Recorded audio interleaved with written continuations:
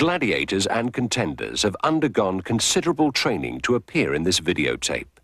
Do not attempt to imitate their actions or recreate the events you are about to see. Every successful television program creates its own stars, personalities and heroes. Gladiators is no exception. When the program first hit our screens, 14 superfit athletes were catapulted into the public eye. Overnight, their faces were staring at us from newspapers, magazines and breakfast cereal packets. As ambassadors of fitness, fair play and healthy competition, they captured the hearts of children and adults alike. Gladiators was here to stay. This is the story of one of those gladiators.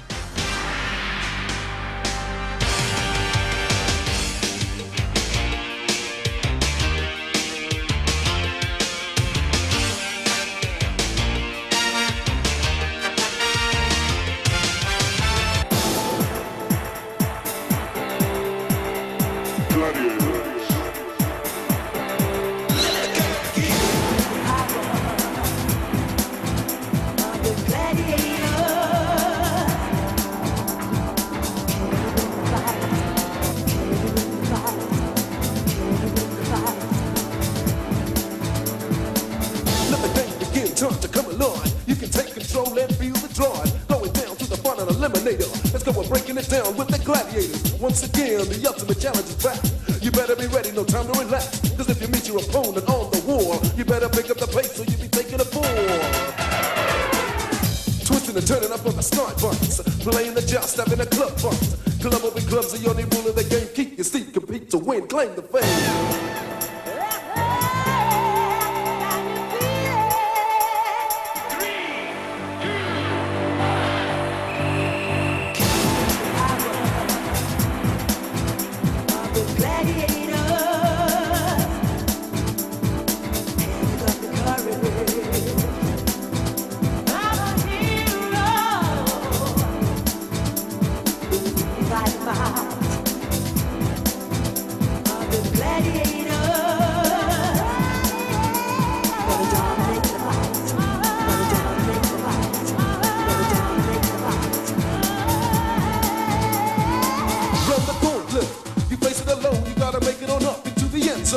By weaving your way around the gladiators, you gotta duck them or dodge them and then eliminate you.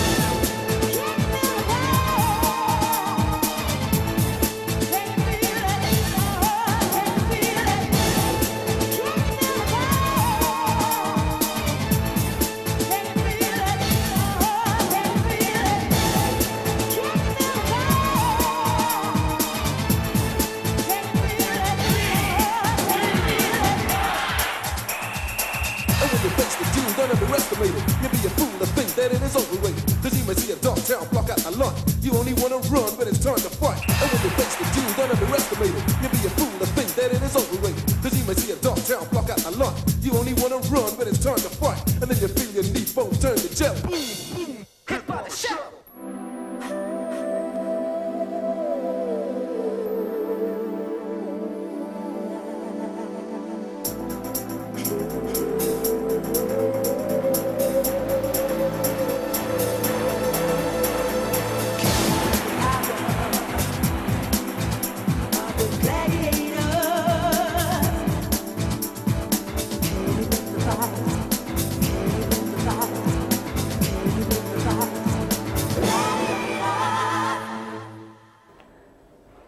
Hi, it's Jet here, and welcome to my video.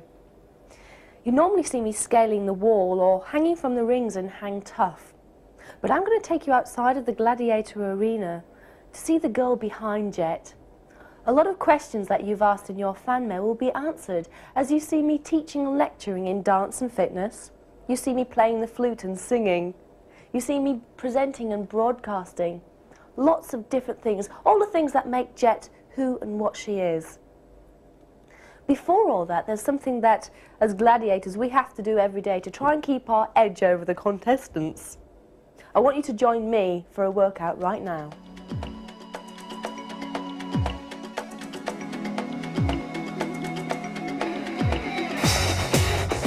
Remember that what you're seeing is a workout specifically designed for myself, by myself. You see, I'm qualified in teaching health and fitness to all age groups. Everybody is different, and you must make sure that if you're going for advice or want to start working out, that you get proper qualified advice. Ask somebody if they're qualified, your PE teacher for instance, for giving you advice on how much weight to lift. I'm lifting weights in this workout, as you can see, but it's very specific for what I want to look like for gladiators and how I need to compete on, say, something like duel. The most important muscle of the body is the heart. You can never underestimate its strength. I love cardiovascular training. That's training for the heart and the lungs and the whole of the circulatory system. This is VersiClimber. I enjoy VersiClimber, but I enjoy all cardio training, as you've seen, or maybe seeing in the video. This is me cycling. Again, good cardiovascular activity, working the larger muscles of the body. I'm back to pulling some weights now. I'm working my back, the middle of my back. It's called the thoracic region of the back.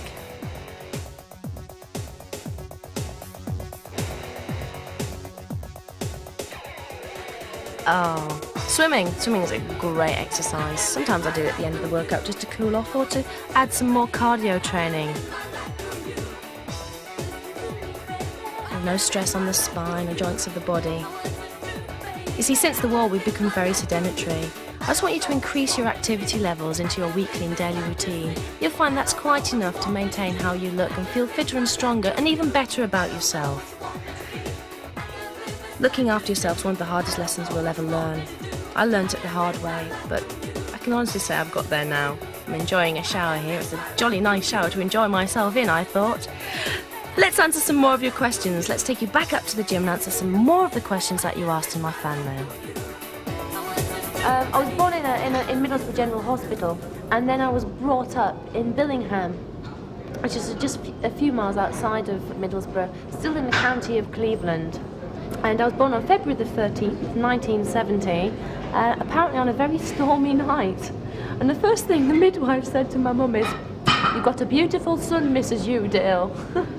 The rain was beating against the windows, and one of the surgeons said, "I don't like this. It's Friday the 13th, you know, it's unlucky." So I shouts up from behind the screen, "Do you mind? I'm not a bit superstitious." At that, there was one heck of a laugh, and we just got on with the job anyway.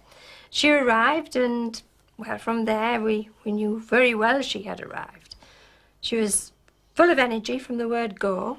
She stood on her head before she even walked or crept. She had hands everywhere. She was climbing everywhere. And, well, to be quite honest, I don't know how I got her to the age of 5 to go to school. I went to a school called Brunner, and then I drove past Brunner about 4 years ago, and it wasn't there. It's the most bizarre thing, driving past where you once went to school. Yes, I remember the swinging bus, I remember the exams. It actually wasn't standing, just didn't exist, because it was built on what used to be marshes, and apparently the school was sinking about 4 inches every year.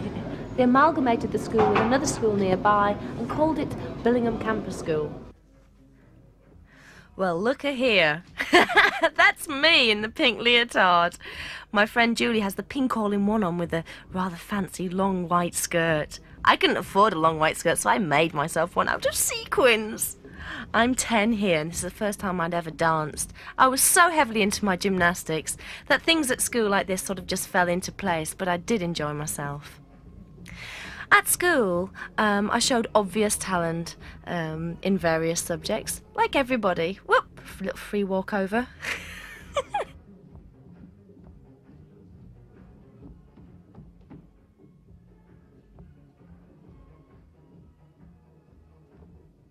I suppose I was a bright student. I took direction well, which is something I still do, and oh, you need that for this business, show business, of course. You need to be able to take direction. That's Julie going for it. There I am.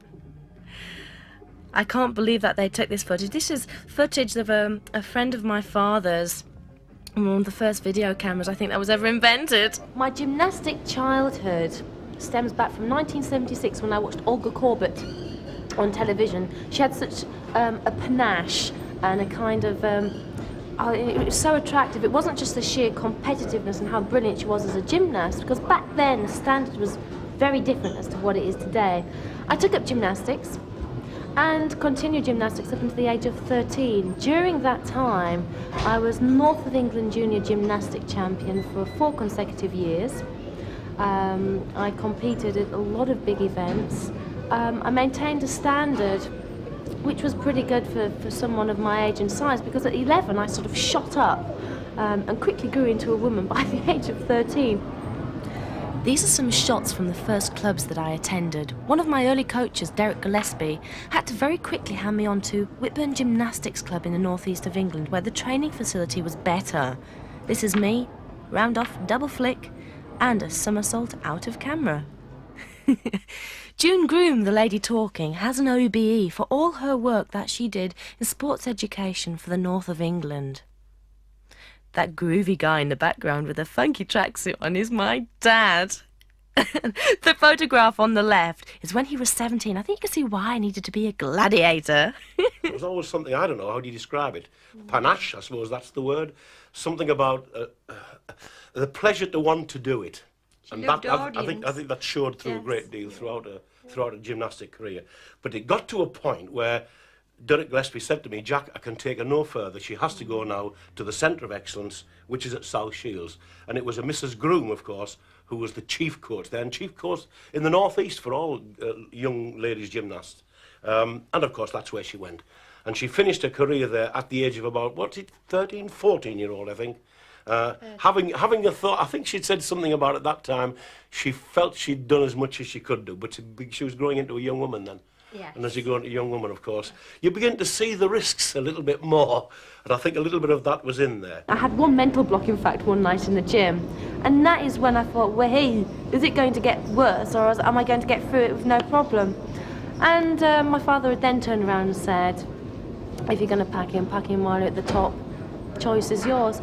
And it wasn't a hard decision to make. I loved gymnastics. I loved what I got from it.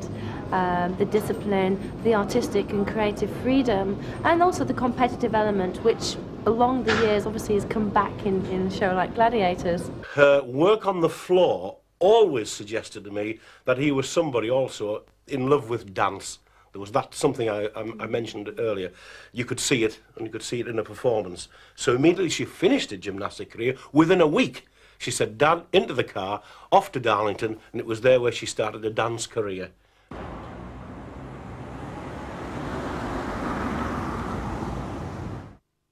I first saw her in a local ballet class. She must have been about 14 years old. She stood out because of the extreme physical facility within the body. She was extremely strong for her age. She was also, although she was obviously a late starter, she was obviously a thinker, and it didn't take her long before she had caught up with her contemporaries, if not outstripped them.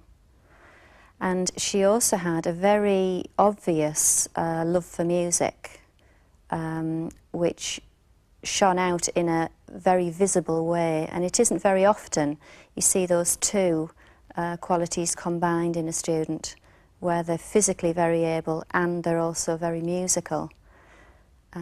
That was my first impression of her, and later on I realised that there was also a strong creative drive as well. The need to create her own work and an interest in other art forms, which made her a very well-rounded student in all aspects. She did take some examinations. She started with pre-elementary, which is the first examination of the RAD, Royal Academy system. And she then went on to elementary. At about that level, at about the age of 15, she decided she wanted to branch out more into jazz and contemporary dance, and stopped doing exams at about that time and joined Cleveland Youth Dance Theatre, the county's youth dance group. She auditioned for London Contemporary Dance, was successful, was a year with London Contemporary Dance. Then after that, she said, well, I want to broaden my base, if you like. She wanted to go into choreography and a little bit of acting and other things. So she moved from London Contemporary within a year to the Studio Centre in London, where she graduated, of course, and that was really where she is today, almost. Some of the breaks weren't so glamorous. This is me playing the She-Wolf of London for HTV and Universal Pictures. It took 4 hours to get into makeup and 3 hours to get out of it. You know, it's so bizarre. The only thing I recognised was the colour of my eyes. And even then, sometimes I didn't. Wolf, eat your heart out. I decided to do a bodybuilding competition, but not in a way that you think. There are two forms for females. There's figure fitness and physique. Now, I think both are great, but my decision was to do figure fitness as I have a figure and I'm fit. And I'm not really a physique competitor. I don't have the mass and size that some women need to emulate to become of worthy competition in a physique category. I did one of these competitions and I won it. Some magazines had written quite favourably about me. There's a magazine called Bodybuilding Monthly. I decided to become a gladiator after I'd had a phone call from the casting director in the first year. His name was Andrew Norgate. I got the phone call and I rang them back and I said, I thought it was to be a contender actually, and having watched the American show I thought, oh, no thank you.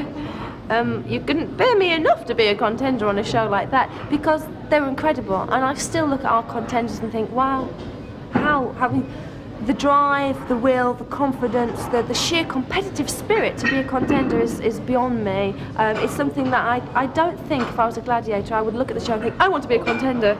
Perhaps I'm not that competitive anymore, perhaps it's sort of worn out when I was a gymnast or something. And Andrew said, well no, actually it's we thought you might be good enough material to be a gladiator. Can you send some pictures or any footage or material of yourself, and we'll go from there, type of thing. So I sent a video of myself in action performing. I don't know about competing or bodybuilding, because here I am, competing in a bodybuilding show. It took me about 6 weeks to get into this sort of condition. Not recommended. The reason being is because your body, if you do things quick to it like dieting at short notice, it sends it into distress. You should do it over a long period of time, which I do now. But I wanted to make a statement. I thought, I want to go into this competition and show that you can be feminine and curvy for bodybuilding, because there's two sides of bodybuilding. There's the physique and there's the figure fitness, which obviously my build lends itself to more readily. I combined my newfound love of fitness and fitness education with dance and performing.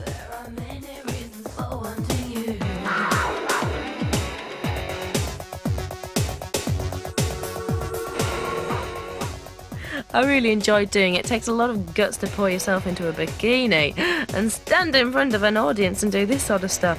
But that's just the point. If I had to stand still, it's awful, I can't handle it. But because I'm moving, and it's something I feel very comfortable with, I'm very comfortable behind the fact that I'm an accomplished and a well-trained dancer, I felt a lot better about it.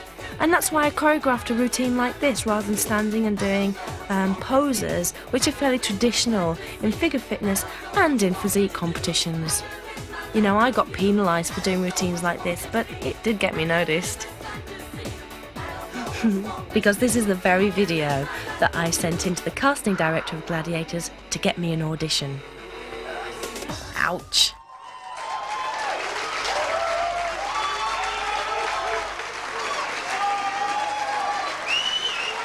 Obviously I came over quite well, because then I said, well, we've got to decide on this. We're going to look at a few people to be gladiators. You might be on the list. Not giving anything away here. Okay, fine, fair enough. Because I've had years of castings and getting so close to big breaks, getting them and not getting them. So I've learnt to cope with, disappointment and not getting the breaks. That's part of the life that I train for. And they rang me back a week later saying, yes, we'd like you to come along to the tryouts.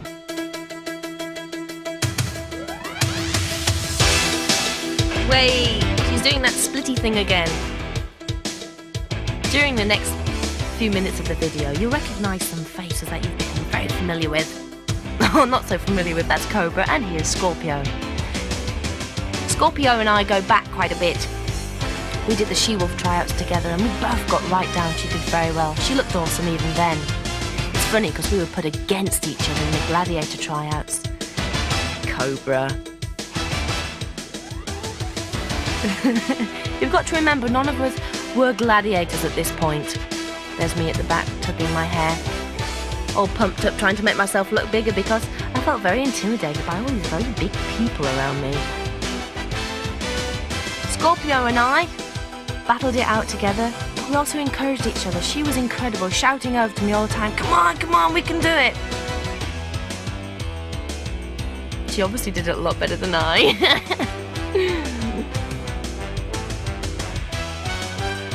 Shadow and Warrior, they were put against each other. They obviously both did very well. These are two incredibly big guys. Saracen's also a big guy, but just look at the agility. No legs. Up and down the rope 3 times in a very short space of time. We were jumping up and down and screaming with delight because he was absolutely incredible. Even John Anderson thought so. And that's saying something. There is only one. Scorp and I against each other yet again on the bunny hops. We had 2 minutes on this event.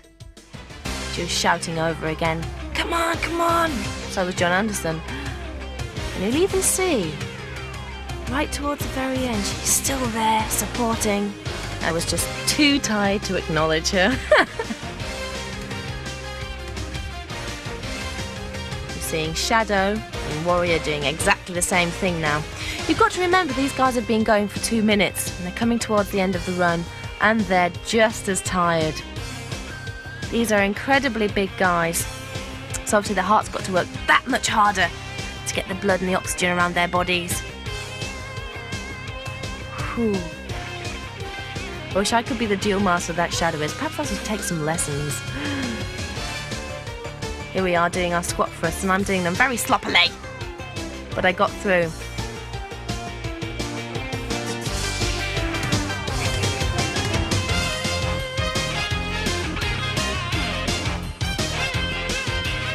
Oh, guess who?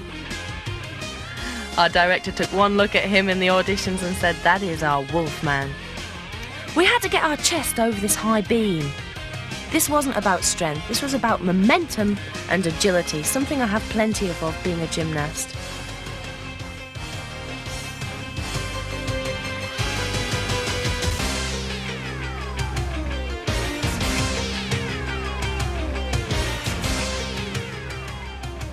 Now, we're doing the assault course. I remind myself of Super Mario here. The little cat who I'm stotting over the assault course. No, I'm not showing off by doing that, by the way. My momentum is going forwards, and its best way to soak it up is by continuing it by doing a forward roll. Otherwise, I'd have gone forwards onto my hands and possibly hurt my wrists. That's my excuse. He is the poser, Warrior and Shadow. They look so cool all the way through. And Saracen at the top of the cargo net. Shadow just about to do the same thing.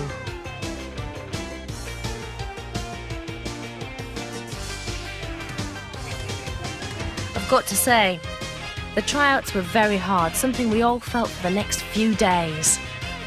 Shadow's still looking awesome, but I think it was definitely worth it. And that's where we came in. Ken Warwick, the associate producer, tells me that when he and Nigel Lithgow, the producer, first saw Jet, they immediately knew the look was right for what they wanted. But invariably, it's Murphy's Law that the people who look right can't perform, and vice versa.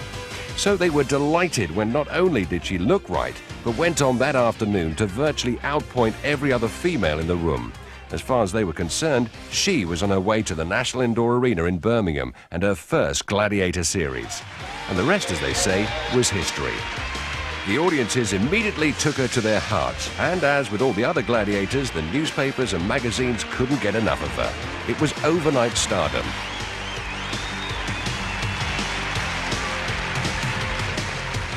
The effect on her was obvious, but what about the rest of her family? The effect it's had on my life, and I think I could speak here for Pat as well, is that obviously we have suddenly. Isn't it a strange thing how suddenly the father of the child, you get something like, well, of course that's Mr. Jet. You say, that's Jet's dad. So my claim to fame these days, of course, is almost through that thing itself. I suppose it's had It's a rather a warming effect, really. It's rather nice for somebody to sort of nudge, nudge, wink, wink. You know that is. Even when I'm lecturing now, I go out still lecturing. And I'm consultant on health and safety work. I go into a lecture room, and of course somebody in there is going to say, well, the first thing you got to know about this guy is, of course, he's Jet's dad. So when you say, of course, what effect it has on you, I suppose it has that effect, that you become a little more popular. I don't mind that, I can live with that, but I confess that we do like a bit of privacy, and the only difficulty that we've got to cope with is, of course, the dear old telephone and other people knocking on the door. Wanting the autographs and the usual thing. But yeah, we can cope with that, I'm sure we can. And they ask me, oh, my little grandchildren would love your daughter's autographs, picture in that. So it's affected me a lot, because I come home instead with just my shopping list and a few bits and pieces, which I haven't got all my shopping together because I've got to get home.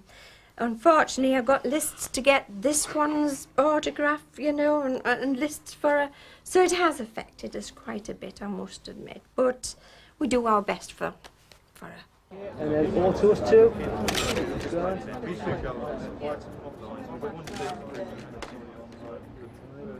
Sorry lads, can we all just move you over? Of course, as always with the success comes the endless stream of interviews, personal appearances and photo shoots. Let's follow her on a typical day.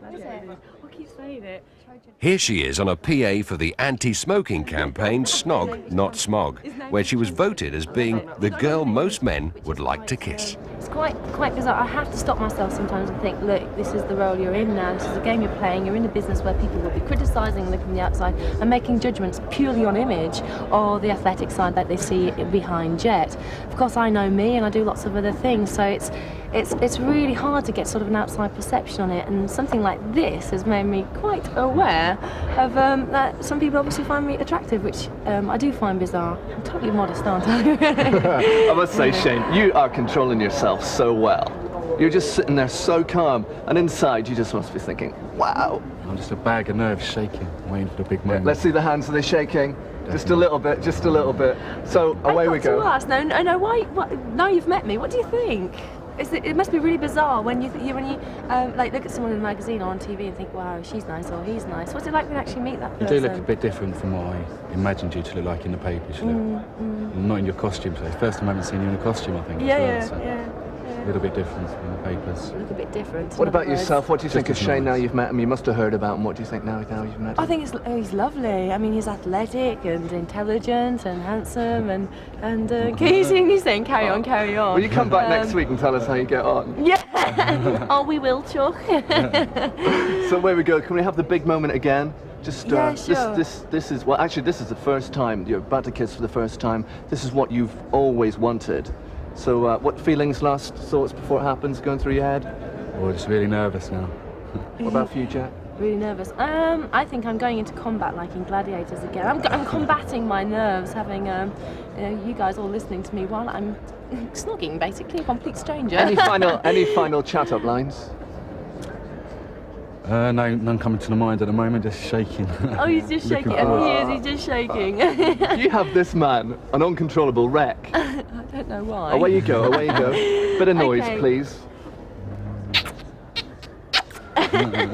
Wow, that's over now. That's the kiss. Was it worth the wait? Definitely.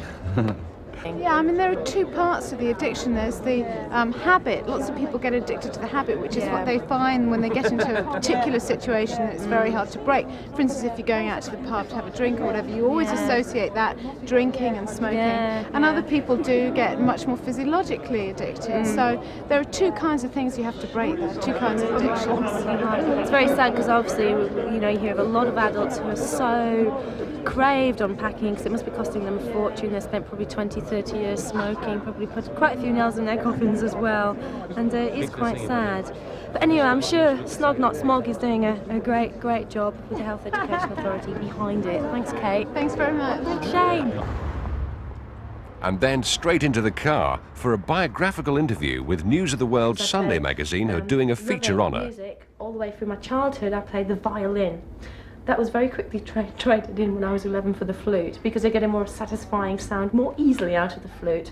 And I was in various youth orchestras, school orchestras, both on the flute and violin, up until the age of 16. So that's a sort of interlink I've kept with my brother. My brother is now a school teacher. He did a degree in chemistry and actually was a lab technician, which is really strange because I used to get kids saying, "Got your kidder next for chemistry," which is really strange because he was actually teaching at the school where I was at one point. He then went into teaching for special needs, which is what he still does, at Abbey Hill special needs school, still in Teesside.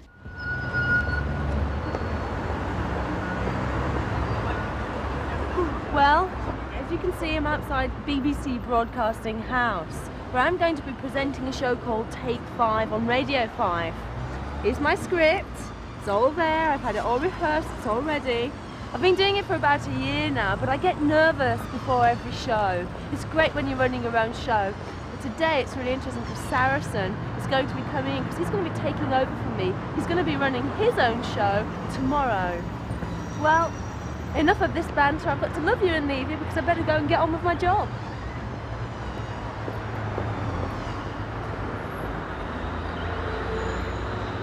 Right now it's Take 5. Go. Good morning here on BBC Radio 5. Mike Lewis, aka Saracen from the Gladiators, will be taking the poodle stick over as he heads his own show tomorrow. Also, Jeff Dawson from Empire Movie Magazine will be coming in to review what's hot and what's not.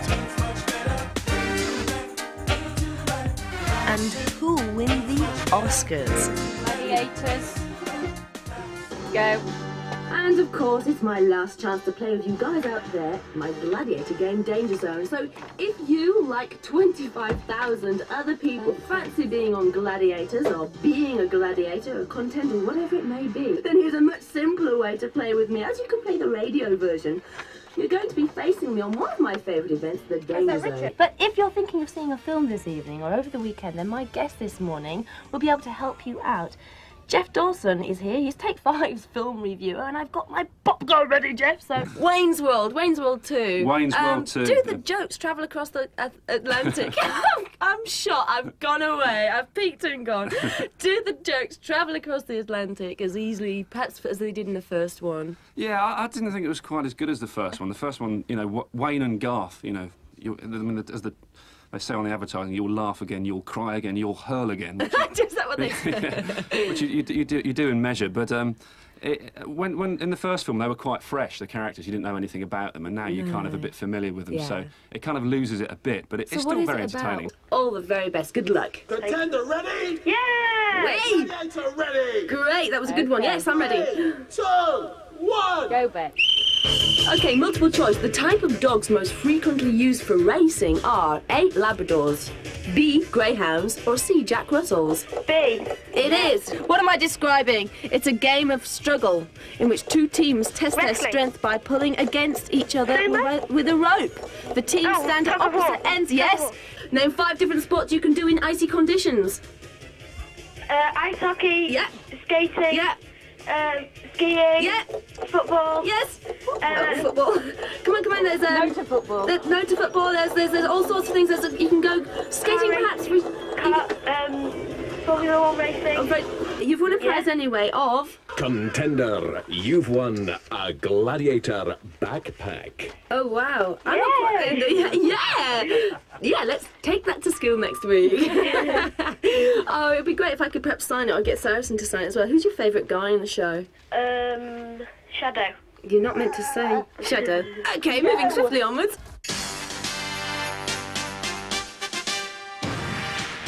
Well, I am really sad. I am really, really sad because it is my last day. I've had a great time. When I was spotted over a year ago to go into presenting and they trained me up and everything, I didn't realise I'd started enjoying it quite as much as I have. But I'll be leaving you in the safe hands of another gladiator. He's here.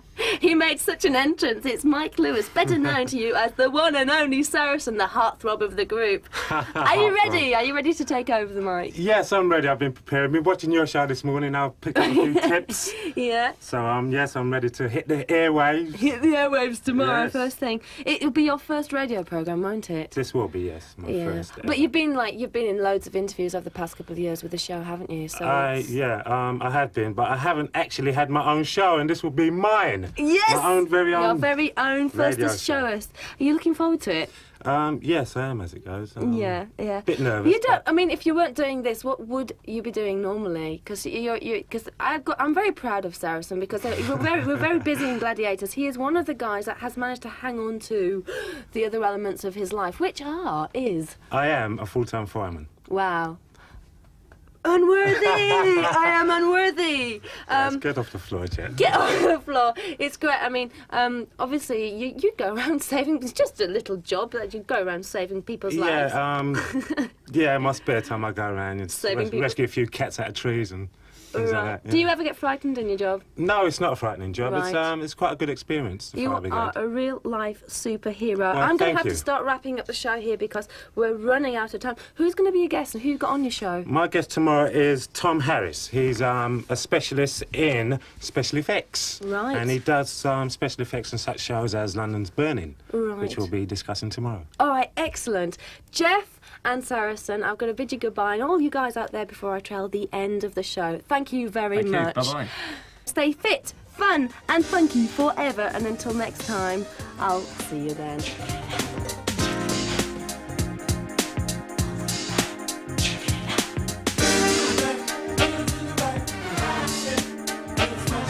And here we are. I'm handing the pugil to Saracen, and he's taking the seat. He's in the hot seat. Behind the mic, there's my producers, Helen and Julie. I enjoyed that. That was my last day in 5. That's Saracen doing his trailer for the next day. It's a wrap for me. Now for a nice, blissful day off.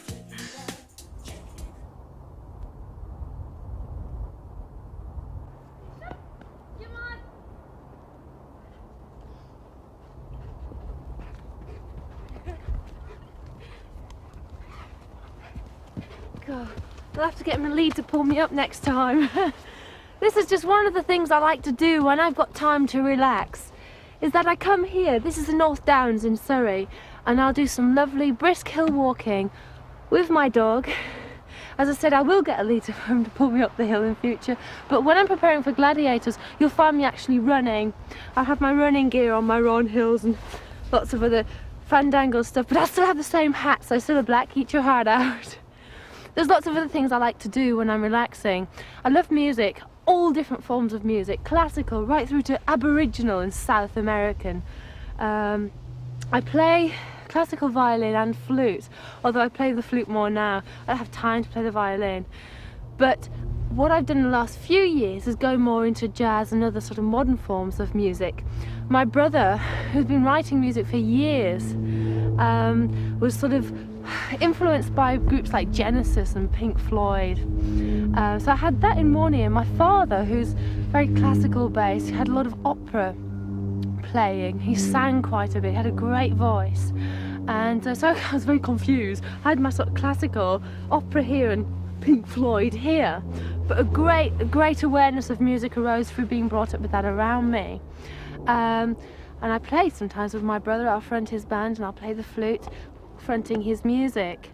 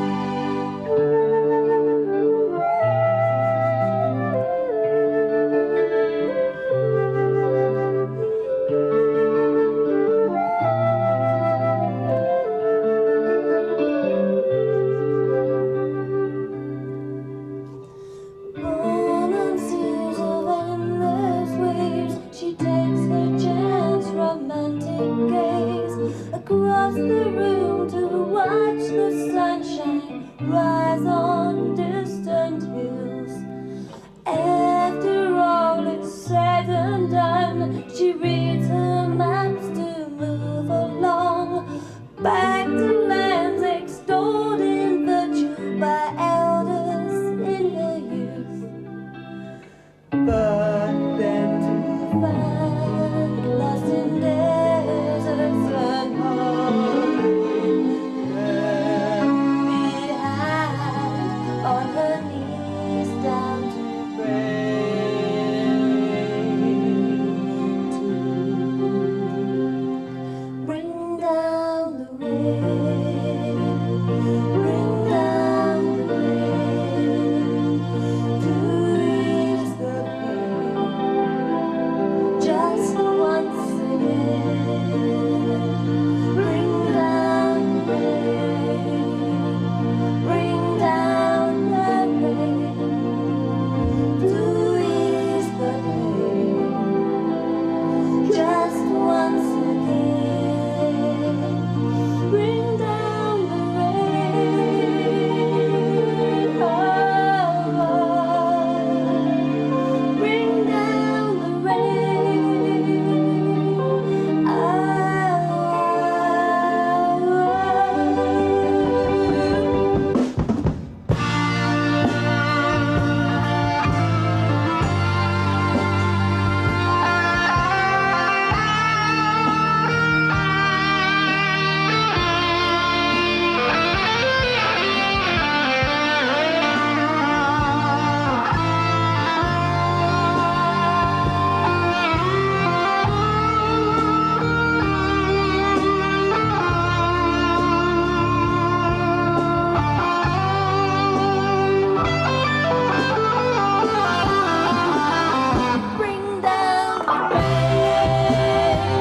bring down the rain, ruin the rain, just once again. Bring down the rain, bring down the rain, to ease the pain, but just once again. Bring down the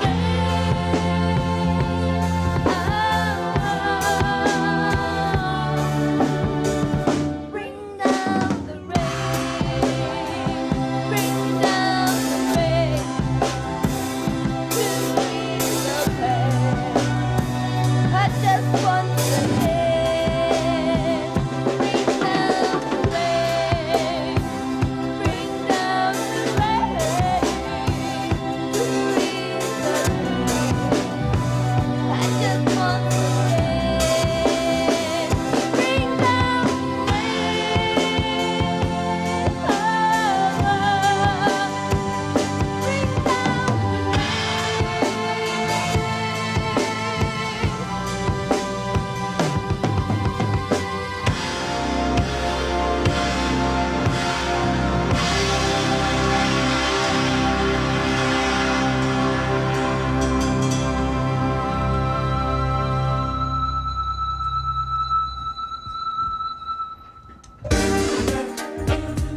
For the past 4 years, I've been active in the teaching industry, in teaching health and fitness and dance. I overcame the illness of bulimia, and I did that through gaining more knowledge. And that spurred me on to want to be a teacher and pass on all the information, all the things that I learned that helped me get better. Because surely if it helped me, it would help a lot of other people. And those are the best reasons for ever wanting to be a teacher.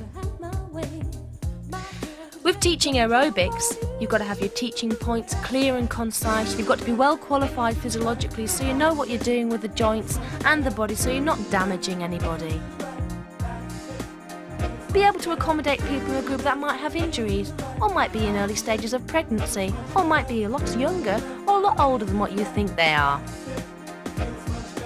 I enjoy learning and I enjoy teaching. With my dance background, my choreography can be quite creative and quite infectious, but it means that my breakdown of what I'm doing has to be very clear and concise, otherwise some people find it a little harder to keep up. Some of the people in this class are actually aerobics teachers themselves.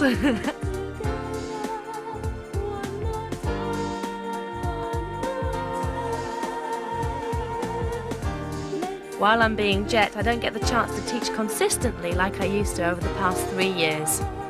So whenever I do get the chance, and there's a health club around and they ask me to come in and do a guest class for them, then I jump at the chance. I combined all my experiences and all my knowledge of the things I've been through over the past 13 years and plus into a lecture called Knowledge is King. You see, at a very early age, I developed the illness of bulimia. I couldn't eat properly without wanting to get rid of the food because I thought I was ugly and I would get fat and put on weight. The opposite was true. The more I tried to get rid of food, the fatter I got because your body actually starts to slow down and compensate for it, so it's not the answer. I learnt physiologically the way out, but also mentally and emotionally, I discovered a lot about the female psyche. In other words, how we think we are, how we think people perceive us, and what's more important is how we should be thinking about ourselves. If you repress, you rebel. Never ever say, no, that's naughty, can't do that, because I bet your bottom dollar you want to do it even more. And that goes for food, that goes for a lot of things. I'll tell you something I've let myself do an awful lot is teach younger guys dance. I love dance, and I teach it very safely. So I apply a lot of my health and fitness principles to teaching dance. A good safe warm-up for the girls there, raising the pulse rates, make sure that all the joints are nicely warm. But I keep it well funky. And it brings a lot of the girls out of themselves, particularly girls that are starting later on in life, because I didn't start dancing until I was 14, which is quite late for some dancers, but within 2 years I was a professional and working. So I always believe it's not, what your background is and how old you are and this and that, it's what you want, it's what's inside that's more important. And what is important is all you guys sat out there watching me. All the Gladiator fans, the incredible letters and gifts that you've made and bought and have sent to me. I can't thank you enough. You make me feel very humble. You really are what keeps the show going. And people like Jet out there, I do appreciate it. Some of these guys are pretty good, aren't they? There's some that might obviously go on and have careers. There's one girl, Nikki. So let's leave the dance studio now and return to the Gladiator Arena to see some of my favourite Jet clips. In the last series, there were some events that I found a lot easier than others. Let's take, for instance, in show 2, where I was on the wall and I faced Rowan Duxbury. She was incredible, had a great personality and came over very positive on camera. A mother of 2, you name it, housewife superstar, and certainly one of the best contenders we had. Rowan's going to be pursued by Jet. The Jet, a real crowd pleaser and a former member of the national gymnastics squad. And Rhian will be chased by Zodiac. Zodiac, one of the new members of the team. She's currently the women's British pole vault champion. The girls have got a lot to do if they're going to win in this company. 3, 2, 1. And they're off. Gladiators will be after them after 10 seconds, and they'll need a good head start. Reach those first overhangs before the second whistle goes. And Gladiators are off, and the chase is on. Jet on Rowan making up great pace there. Look at this, she's caught her already. But look at Rhian, leaving Zodiac in her wake. Jet getting to grips. Cannot get Rowan off the wall. But Rhian's over the top. She's got 10 points. Well done. Rowan still managing to cling to that wall. There's her sister telling her, hang on. Oh, but she's off. No points there. And Sophie's first to go. Yes, up there on the Hang Tough platform is Sophie. And she's going to be against Jet.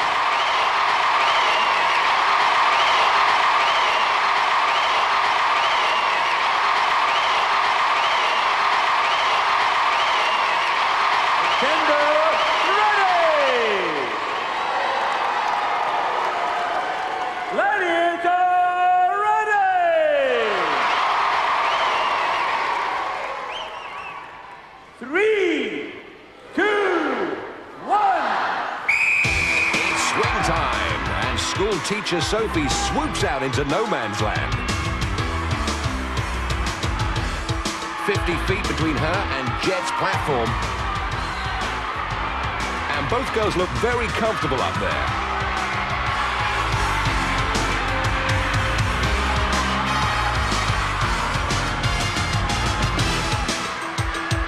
Oh, Sophie tries to slip past Jet.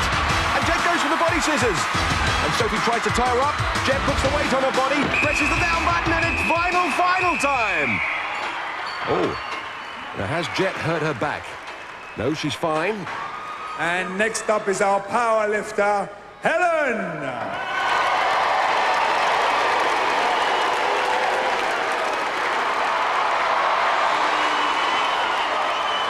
Over to John Anderson. Contender ready! Gladiator ready! 3, 2, 1. It's swing time, and this is Helen's favourite event.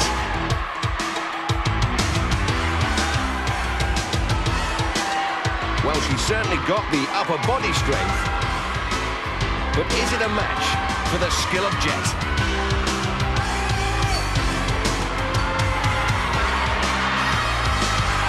Jet biding her time before she moves in. Come into my parlour, said the spider to the fly. Jet locks on with those body scissors. Helen proving her strength one-handed there. Oh, but look at Jet proving her skill by taking her down. Eat Matt. The wall, I've got to admit, it was one of my most favourite events in the last series. I think it's because I had a clean slate all the way through. Hope it keeps up. But there are other events like Skytrack, which I didn't find so easy. To start with, you see, in show 5, when I faced someone like Jackie Thompson, you'll see I didn't do quite so well. The first time I did Skytrack was in that very show, in front of 9,000 people in the audience and a possible 40 million at the end of the camera. I wasn't nervous. Not.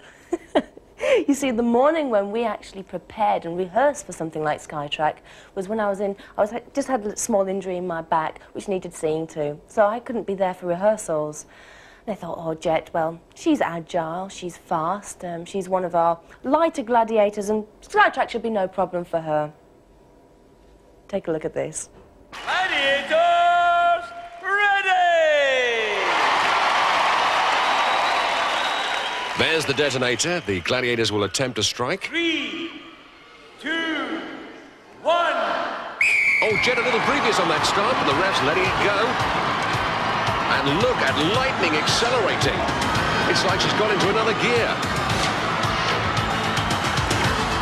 Lightning doesn't want to make any mistakes. Waits for Lisa to slow down as she goes into the bend. And takes her out. Well, now it's all about Jet and Jackie. And it looks like Jet's running out of fuel. She doesn't look comfortable up there. And now she's not even using her legs. Jackie's going to take the checkered flag. She's left the Jet in her jet stream. Yes, 10 points. Disastrous, wasn't it? But no excuses in Gladiators.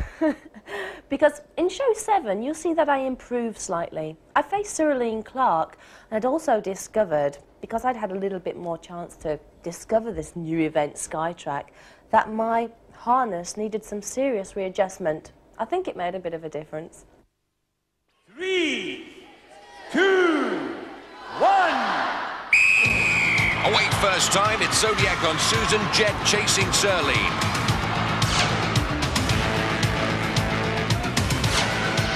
And into the bend. And it looks like making great progress as Jet comes up on Cyrilene. Tremendous acceleration, got her on the corner there. Can Zodiac make Susan Sparks fly? Here she comes, gets it on the trigger. Double takedown. It's a bit of a difference, wasn't it? Let's move on to something like Hang Tough. I suppose it's a Jet event, if you like. To a lot of the gladiators, it's one of the most nerve-wracking because you're up there for such a long time, all eyes are on you, so it's a very big, high-profile event. And also, you've got to do good because it's so long, people have lots of time to say, oh, she's doing this wrong, she's doing that wrong, and it builds up the tension very, very effectively. So I must admit, I'm a bundle of nerves before something like Hang Tough. But I am quite confident, even to the way I point my toes, and I'm sort of developing my legs to get more balance. I'm not trying to show off, it's probably the only way I can do it. Show 9, I face Paula Bisley and Pauline Oliver. It's quite interesting how you watch these two conquests. And up on her platform, waiting to hang tough, is Pauline! And she's going to be facing Jet! Over to John Anderson. Contender, ready! Gladiator, ready!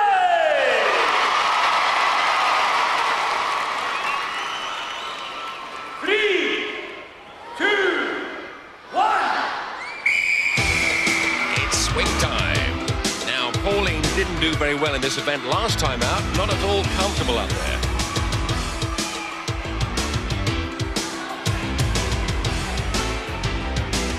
If you look at Jet, a natural aerial technician. Homes in like a missile. And made contact, body scissors on. And Pauline doing everything to make sure that she doesn't get taken down. Jet on. Press the down button. And the second lady to face Jet is Paula! Over to John Anderson. 3, 2, 1. Well, Paula picked up 5 points in this event in her preliminary. She'll be hoping to match or even better that this time out.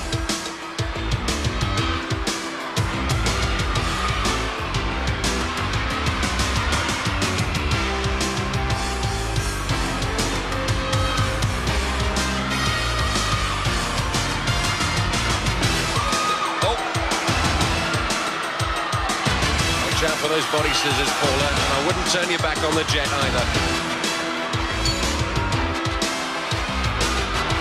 Well, she's in the scoring zone. No one seems to have a game plan. Paula seems to be happy just to hang there. Jet one ringed and in trouble.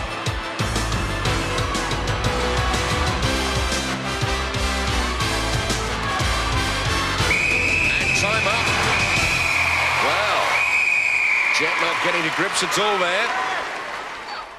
You win some and you lose some. A great event like Hang Tough, you can't go wrong with great contenders like Paula and Pauline. A new event like Tilt, well, what can I say? In show 11, I faced Helen Williams. Helen Williams is a powerlifter, an incredibly strong girl, and I think she weighed in at something like 13 stone. I weighed in at just over 9 in last year's show. It was quite interesting. First pull. 3, 2, 1. Oh, Jet. Oh. Well, that was on the cards.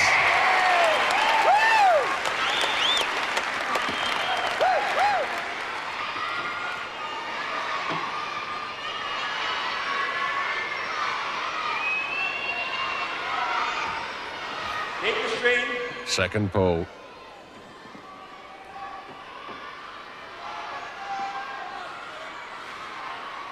3, 2, 1. Oh, Jet gets the table back this time. And how is Jet managing to hold her? Sheer determination. She's outgunned and outnumbered up there. I can't believe this. She must have super glue on her feet. Look at that. Yes. 2 points.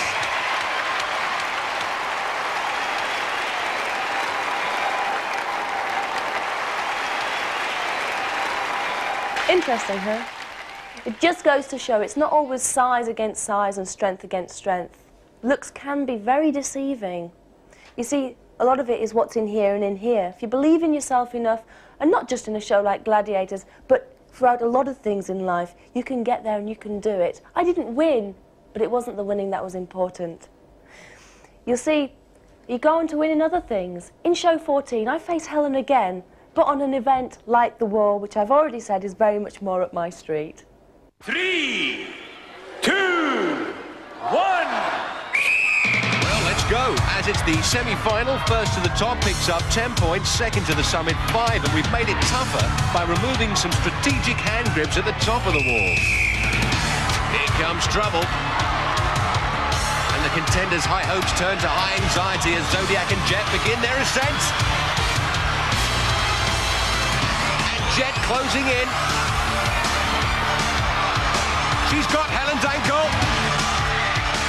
And Zodiac gets the grip with Georgina. Oh, strips her off the wall. And Jet struggling with Helen. Powerful lady hanging on with both hands to that one grip. Oh, finally yanks her off the wall. And Jet maintains that 100% track record in this event. There we go. A nice end to my run on the wall. Perhaps 94 will hold something very different for me on the wall. Looking back at the series in 93, I can honestly say that during every single show that was shot, there was something special. There was something which was very memorable. For instance, Nightshade on Suspension Bridge with Pauline Oliver very early on in the show. You know, going hammer and tongs, and all of a sudden, Nightshade's down, you don't think she's going to make it, and then she's up 1 second before the end. Poof, she wins. Very unexpected considering the time span. In every single show there was something which we all sat down in our, we call it the pig pit or the pig pen, where we sit backstage and watch on the monitor what's going out in the arena. We all sit and we were on every single show. It was incredible. And I must admit, the nerves and how we all support and feel about the show, our events and our roles as gladiators at the back of the arena are just as intoxicating. We're there, fighting it out, supporting each other, and hopefully giving you one of the best shows that TV has ever seen. Well, that's it for my video. I hope you've enjoyed it. I hope it's answered some of your questions as well. I want you to remember one thing. As you've seen, I have no special background or upbringing, but I've got some talents and abilities which I've used, got more experience at, got more education. Things don't just land in your lap. You've got to put them there. It's up to you. I'm not special. I've gone out and done it. You can do the same. I want you to stay fit, fun and funky forever. And I'll see you on the next series. Bye.